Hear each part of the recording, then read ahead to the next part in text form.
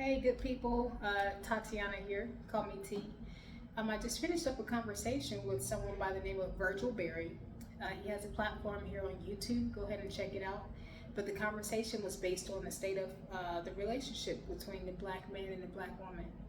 One of the things that I briefly touched on was the importance of knowing yourself, getting your standards in order, healing, and just dealing with yourself before entering into a relationship. I can speak for myself and I can say that I place a lot of value in the other person, um, and place a lot of importance on them so-called making me feel happy, if that makes sense. I didn't have any self-worth.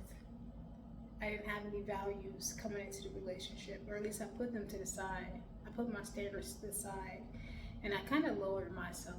Not kind of, but I did. I didn't know who I was going into any of the relationships I've gone into. And hence I've had a lot of experiences that could have been avoided, a lot of hurts that could have been avoided. But that isn't the case anymore. I've gone through it, I learned from it. I choose not to do certain things again. But if you enter into a relationship, especially if you just finished a relationship and you haven't dealt with whatever emotions that were going on from that relationship, I suggest you do take time for yourself. Process what happened, process the breakup, process what went well and what didn't go well. What are some of the things that you learned about yourself that you didn't know before entering into that relationship? What are some things about yourself that you would like to improve?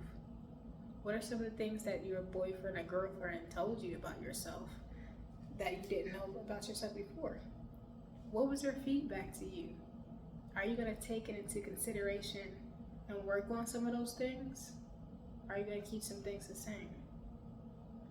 There's such a privilege in being single. Why? Because it allows you to, it's like a grace period of getting yourself together.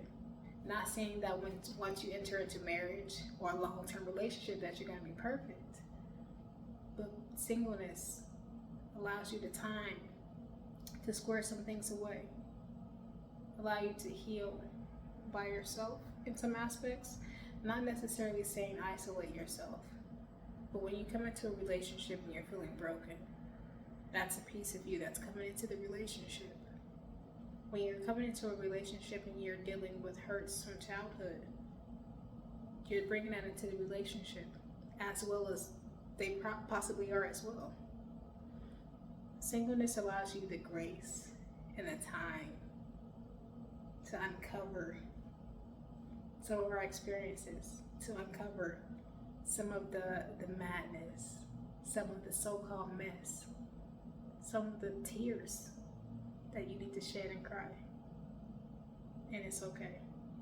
It's needed. I feel like we so often rush from person to person because we want to feel comfort. We want to feel loved. But are you comfortable receiving that from yourself? Are you comfortable being isolated and alone with yourself? What is that frightening thought that causes you to feel uncomfortable being in silence with yourself? Hearing your thoughts. Because sometimes that's exactly what we need. The opportunity to stand still and to actually feel what's coming up for us. Feel those emotions. Listen to those thoughts. What is it trying to tell you? What is it coming from? Where is it coming from? You know? How long are you going to keep running from yourself? That's why I believe it's so important to actually learn about yourself. Discover who you are in your singleness. Discover what you like, what you don't like, what you love to do, what are your passions. What are some things that you wanted to do for years, yet you haven't done it yet? What are you waiting for? There is some beauty in singleness. It is. There's beauty in singleness. It's like preparation time. Preparation time. So go ahead and get your heel on. Go ahead and get your groove on. Whatever that means to you, you know.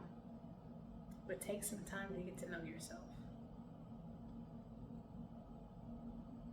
That's okay. Cry. Laugh. Hold yourself. Hug yourself, you know? Especially after a long, exhausting day. Even if nobody's there. Show yourself how you want to be loved. And so that you can therefore show others how you want to be loved. Take care of yourself and have grace for yourself.